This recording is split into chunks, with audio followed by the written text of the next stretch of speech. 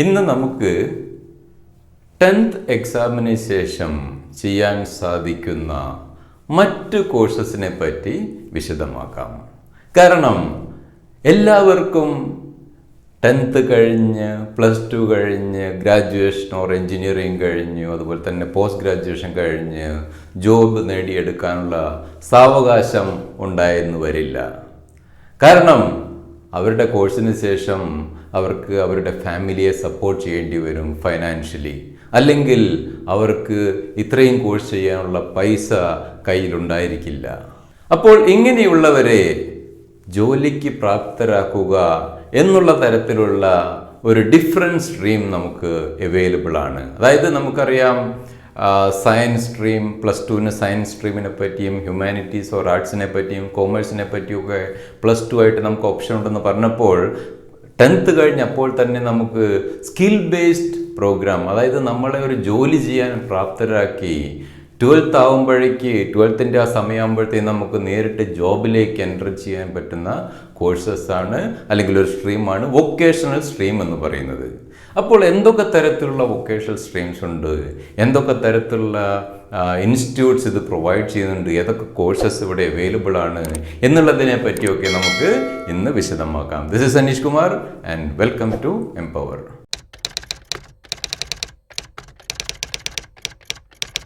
അപ്പോൾ ആദ്യത്തെ 10th കഴിഞ്ഞാൽ നമുക്ക് വൊക്കേഷണൽ സ്ട്രീമിലേക്ക് വരുമ്പോൾ ആദ്യം നമ്മുടെ മനസ്സിൽ വരുന്നത് ITI തന്നെയാണ്, ഇൻഡസ്ട്രിയൽ ട്രെയിനിങ് ഇൻസ്റ്റിറ്റ്യൂട്ട്. ഇതൊരു ഗവൺമെൻറ് സംരംഭം തന്നെയാണ്, ഒരുപാട് കാലമായിട്ടുണ്ട്. ഞാൻ 10th പാസ്സായപ്പോഴും ITIs ഉണ്ട്.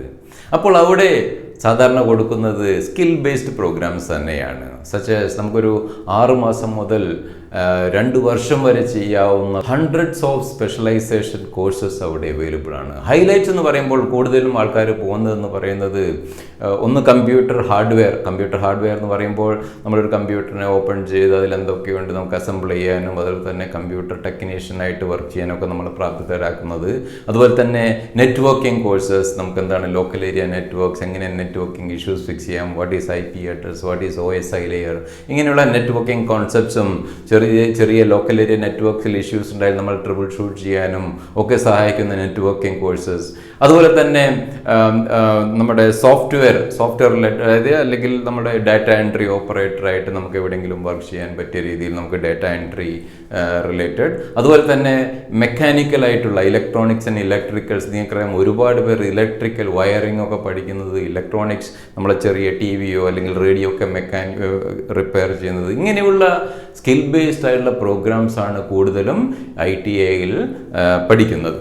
അതിൻ്റെ കൂടെ മറ്റൊരു ഹൈലൈറ്റ്സ് ആണ് നമുക്ക് ഇന്റീരിയർ ഡെക്കറേഷൻ പഠിക്കാം, അതുപോലെ തന്നെ പ്ലംബിംഗ് പഠിക്കാം, ഷീറ്റ് മെറ്റൽ വർക്ക്സ് പഠിക്കാം. ഇങ്ങനെയൊക്കെ പഠിച്ച് ചെറിയ കോഴ്സസ് അല്ലെങ്കിൽ 2 ഇയേഴ്സോളം നീളുന്ന കോഴ്സസ് പഠിച്ചുകൊണ്ട് നമുക്ക് പ്രൈവറ്റ് സെക്ടറിലും പബ്ലിക് സെക്ടറിലും ഒക്കെ വർക്ക് ചെയ്യാനുള്ള പ്രാപ്തി നമുക്ക് കിട്ടുന്നതാണ്. മറ്റൊരു കോഴ്സ് വൊക്കേഷണൽ സ്ട്രീമിൽ വരുന്നതാണ്, നമ്മൾ 10 കഴിഞ്ഞാൽ വളരെയധികം കേട്ടുള്ളതാണ് പോളിടെക്നിക്കൽ എന്ന് പറഞ്ഞാൽ, പോളി എന്ന് പറഞ്ഞാൽ മൾട്ടിപ്പിൾ, ടെക്നിക്കൽ എന്ന് പറഞ്ഞാൽ ടെക്നിക്കൽ റിലേറ്റഡ്, ഒരുപാട് ടെക്നിക്കൽ റിലേറ്റഡ് കോഴ്സസ് ഉള്ള പോളിടെക്നിക്സ് എല്ലാ ഡിസ്ട്രിക്ട്സിലും നമുക്കൊന്ന് കാണാൻ പറ്റും. അവിടെ ഒരുപാട് പേർ നമ്മളുടെ ആ +2 പാറ്റേൺ ഫോളോ ചെയ്യാത്തവർ ഒരുപാട് പേർ, എനിക്ക് സ്കിൽ വേണം, എനിക്ക് പെട്ടെന്ന് വർക്ക് ചെയ്യണം എന്നൊക്കെ ആഗ്രഹിക്കുന്നവർ ഈ സ്കിൽ നേടാൻ വേണ്ടി പോളിടെക്നിക്കൽ ജോയിൻ ചെയ്യുന്നത് സർവ്വസാധാരണമാണ്.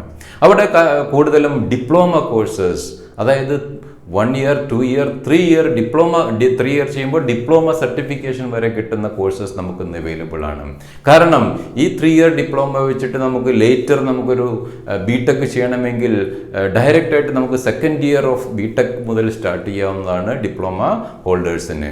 അപ്പോൾ ഇതൊരു മിനിയേച്ചർ, അതായത് നമുക്കൊരു ഈ എൻജിനീയറിംഗ് ചെയ്യുന്ന പോലെ തന്നെ മെക്കാനിക്കൽ സിവിൽ എൻജിനീയറിംഗ് ചെയ്യുന്ന പോലെ തന്നെ എല്ലാ കോഴ്സസും ഇവിടെയും അവൈലബിൾ ആണ്. പക്ഷേ ഡിപ്ലോമ സർട്ടിഫിക്കേഷനാണ് നിങ്ങൾക്ക് കിട്ടുന്നത്. മെറൈൻ ടെക്നോളജി, കമ്പ്യൂട്ടർ സയൻസ് എല്ലാം നിങ്ങൾക്ക് ഇവിടെ അവൈലബിൾ ആയിരിക്കും. നിങ്ങൾ നല്ലൊരു സ്കിൽ ബേസ്ഡ് ആളായിട്ട് മാറ്റിയെടുക്കാൻ പോളിടെക്നിക്കിന് കഴിയുന്നുണ്ട്. 10th കഴിഞ്ഞാൽ നമുക്കുള്ള മറ്റൊരു ഓപ്ഷനാണ് പാരാമെഡിക്കൽ കോഴ്സസ്. അവിടെ കൂടുതലും ഇൻക്ലിനേഷൻ ടുവേർഡ്സ് ഹെൽത്ത് കെയർ സെക്ടറിൽ വർക്ക് ചെയ്യാൻ താല്പര്യമുള്ളവർക്ക് പെട്ടെന്ന് ജോബ് നേടാൻ MBBS അല്ല, അവിടെ ഒരു ഹോസ്പിറ്റലൊക്കെ നമുക്ക് ടെക്നീഷ്യൻസ് ആയിട്ടൊക്കെ ജോലി ചെയ്യാൻ നമ്മളെ പ്രാപ്തരാക്കുന്ന കോഴ്സസാണ് ഇവിടെ പഠിപ്പിക്കുന്നത്. എന്തൊക്കെയാണത്? എക്സ്റേ ടെക്നീഷ്യൻ, ഡയാലിസിസ് ടെക്നീഷ്യൻ, അല്ലെങ്കിൽ നഴ്സിംഗ് അസിസ്റ്റൻസ്, ഒപ്താൽമിക് ടെക്നീഷ്യൻ, ഇങ്ങനെയുള്ള ഒരുപാട് നമ്മളെ ഈ ഡോക്ടേഴ്സിനെയൊക്കെ സപ്പോർട്ട് ചെയ്യുന്ന സിസ്റ്റംസ് അവിടെ ബിൽഡ് ചെയ്യാൻ ഇവർ സഹായിക്കുന്നതാണ്.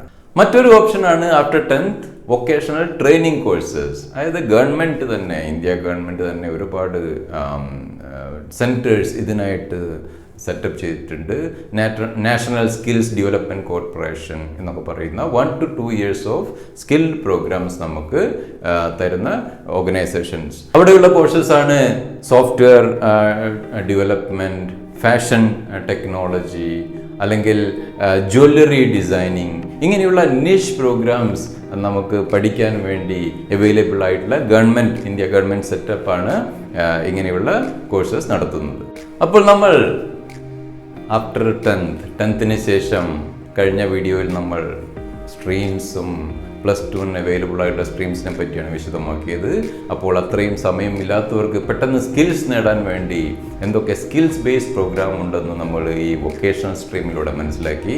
അപ്പോൾ നിങ്ങൾ മനസ്സിലാക്കേണ്ടത് ഏത് തരത്തിലായാലും നിങ്ങൾ ഫൈനലി നമുക്ക് അപ്ഗ്രേഡ് ചെയ്ത് പോകാവുന്നതാണ്.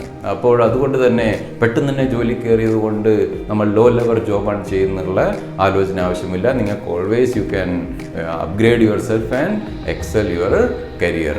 അപ്പോൾ അതിൻ്റെ കൂടെ നിങ്ങൾ മനസ്സിലാക്കേണ്ടത് ഒരുപാട് ഇമ്പോർട്ടൻറ്റ് കാര്യങ്ങൾ. ഇപ്പോൾ നമുക്കറിയാം ഗ്ലോബലൈസേഷൻ, നമ്മൾ എവിടെയും പോയി വർക്ക് ചെയ്യാവുന്ന അവസ്ഥയാകുമ്പോൾ നിങ്ങൾ കമ്മ്യൂണിക്കേഷൻ സ്കിൽസ് ഡെവലപ്പ് ചെയ്യുക, നന്നായി സംസാരിക്കാനും വെൽ വേഴ്സഡ് ആവാൻ വേണ്ടി ശ്രമിക്കുക. അതുപോലെ തന്നെ എപ്പോഴും നമ്മൾ അപ്ഗ്രേഡ് ചെയ്യാൻ വേണ്ടി ബുക്സ് വായിച്ചുകൊണ്ടിരിക്കുക. അതുപോലെ തന്നെ ഇൻഫർമേഷൻ എന്താണ്, what's happening in the world എന്നുള്ളത് മനസ്സിലാക്കുക. സോഫ്റ്റ് സ്കിൽസ്, എങ്ങനെ നമ്മൾ പെരുമാറണം വിത്ത് ഔട്ട്സൈഡേഴ്സ് എന്നുള്ളതൊക്കെ മനസ്സിലാക്കുക. ഇതൊക്കെ വളരെ ബെനിഫിഷ്യൽ ആയിരിക്കും നിങ്ങൾക്ക് നിങ്ങളുടെ കരിയർ പാത്തിൽ. അപ്പോൾ ഇത് നിങ്ങൾക്ക് ഹെൽപ്ഫുള്ളായി വിചാരിക്കുന്നു. അടുത്ത വീക്ക് നമുക്ക് മറ്റൊരു സബ്ജക്റ്റുമായി കാണാം. Thank you very much and stay safe.